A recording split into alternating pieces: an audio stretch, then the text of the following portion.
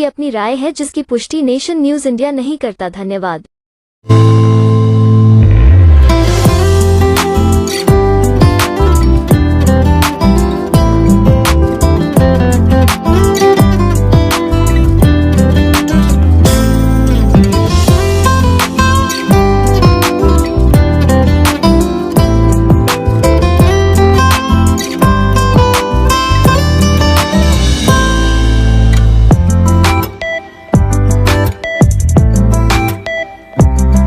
Decision से फिर 20 साल के बाद आपको मौका मिला सरकार के साथ बैठ के वार्तालाप करने के लिए, फिर आप साइन करके आ गए और बोलने लगे कि यूपीएस बहुत अच्छा चीज है। फिर पूरा देश में जब विरोध होने लगा फिर बोले कि नहीं, यूपीएस में कुछ सुधार होना चाहिए, यूपीएस का हम विरोध करते। ये क्या मूर्खता वाली काम कर रहे हैं आप लोग। आपको यदि समझ में नहीं आ रहा है तो भैया आप बोल दीजिए सरकार से, हमको थोड़ा सा समय दीजिए, हम इसका मंथन करके आप इसमें डिसीजन लेंगे। यदि कोई विषय आपको समझ में नहीं आ रहा है, आपका सेक्रेटरी से पूछिए, कोई विद्वान से पूछिए, ये मेरे जैसे विद्वान, ये मेरे जैसा कार्यकर्ता से पूछिए। हम भी तो लगातार वही काम कर रहे हैं ना। आप यदि अपना जो जिम्मेदारी है बखूबी से करते हैं तो शायद हमको इतना आवश्यकता नहीं है जो आज इस मंच के माध्यम से हम लड़ रहे हैं ना एक समस्या के लिए। हमको आवश्यकता क्या है? यदि ये यूनियन दोनों फेडरेशन हमारे हित कर देते तो हमारी आवश्यकता क्या है? मुझे एक ट्रैकमैन एसोसिएशन बनाने की आवश्यकता क्या है?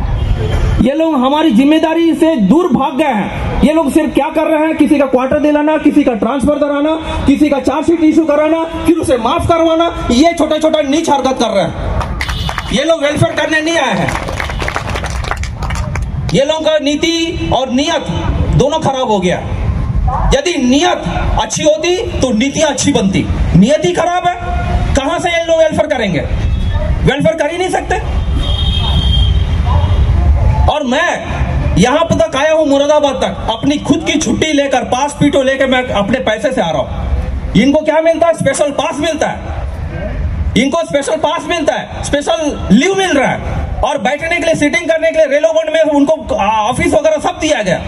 उसके बावजूद भी हमारा तकलीफ को रखने के लिए तुमको इतना तकलीफ, हमारा तकलीफ को सिर्फ रखने के लिए तुमको सालों लग गया। 11 वर्षों में 11 साल लग गए हैं, 2013 से 2024 11 वर्ष हो गए। 11 वर्षों में हमको एक डिमांड, एटलीस्ट एक डिमांड पूरा करते। हमने बोला नहीं हम 10 सूत्री डिमांड लेके जा रहे हैं, कहीं भी जा रहे हैं तो अरे 10 में से कम एक डिमांड पूरा कर देते। तो राघवैया जी क्या बोलते हैं, एनएफआईआर के मुखिया हैं राघवैया जी बोलते हैं अरे हमारी सरकार तो बात सुनती ही नहीं है, हमको बैठने नहीं देती है। आप तो कम से कम जैसे भी आप तो पहुंच भी रहे हो, बोले हमारी बात तो सुनी नहीं रही है सरकार। जब सरकार आपकी बात सुनी नहीं रही है तो फिर हम क्या करें?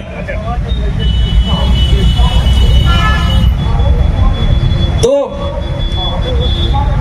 एनएफआईआर के राघवैया जी बोलते हैं कि हमारी बात सरकार सुन नहीं रही, तो सुन नहीं रही है तो फिर अभी इलेक्शन होने वाला है, इलेक्शन हो रहा है ना, तो इलेक्शन में फिर हम आपको वोट देंगे, फिर 5 साल वंचित हो जाएंगे हम लोग। फिर हमारा वोट का क्या होगा? हमारे मुद्दे, हमारे समस्या का क्या होगा?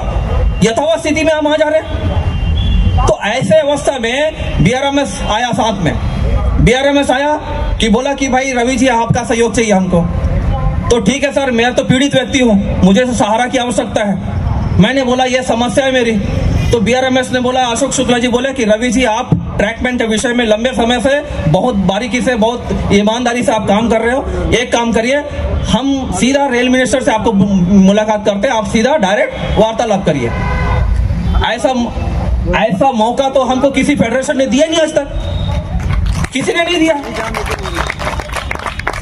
एक ट्रैक मेंटेनर को सीधा रेलवे मिनिस्टर से मिला के 40-45 मिनट बैठ के बात करवाए, और रेलवे मिनिस्टर माननीय महोदय जी का मैं धन्यवाद देता हूं कि आफ्टर ऑल एक ट्रैक मेंटेनर का विषय को लेके एक रेलवे मिनिस्टर 45-50 मिनट समय देना, एक बारीकी से बात सुनना।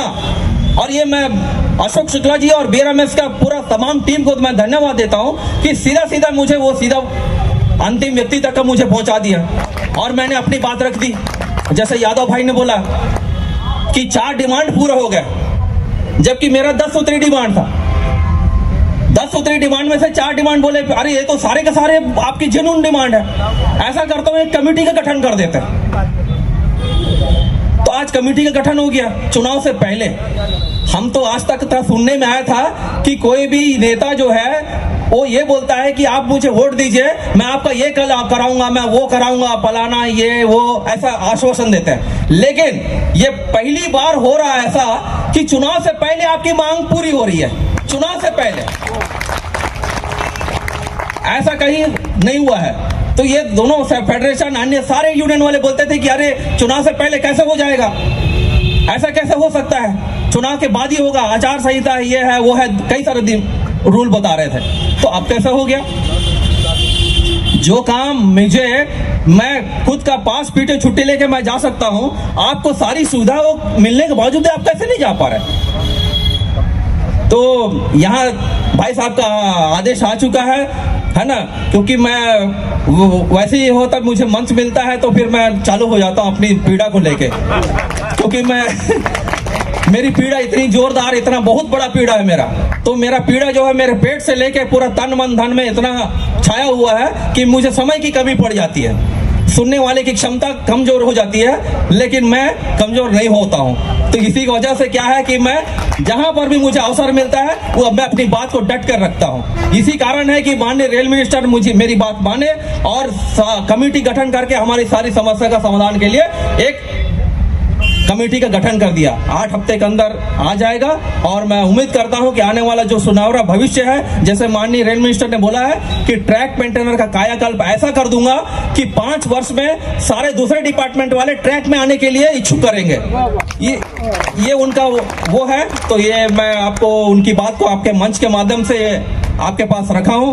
उम्मीद करता हूं कि आने वाले समय में जो 4 और 5 तारीख को वोटिंग इलेक्शन है, ऐसा जुट जाइए कि एक भी साथी हमसे दूर ना हो पाए, क्योंकि हम लोग प्रण लिए हैं हर एक व्यक्ति का कल्याण करने के लिए, नॉट ओनली हमारा टीम का नहीं, सभी कर्मचारी का कल्याण करने के लिए हम सबने प्रण लिया। तो सभी कर्मचारी का सहयोग लेकर सारा वोट मुट्ठी वाली चक्र पे गिरना चाहिए। इसी अभियान के साथ मैं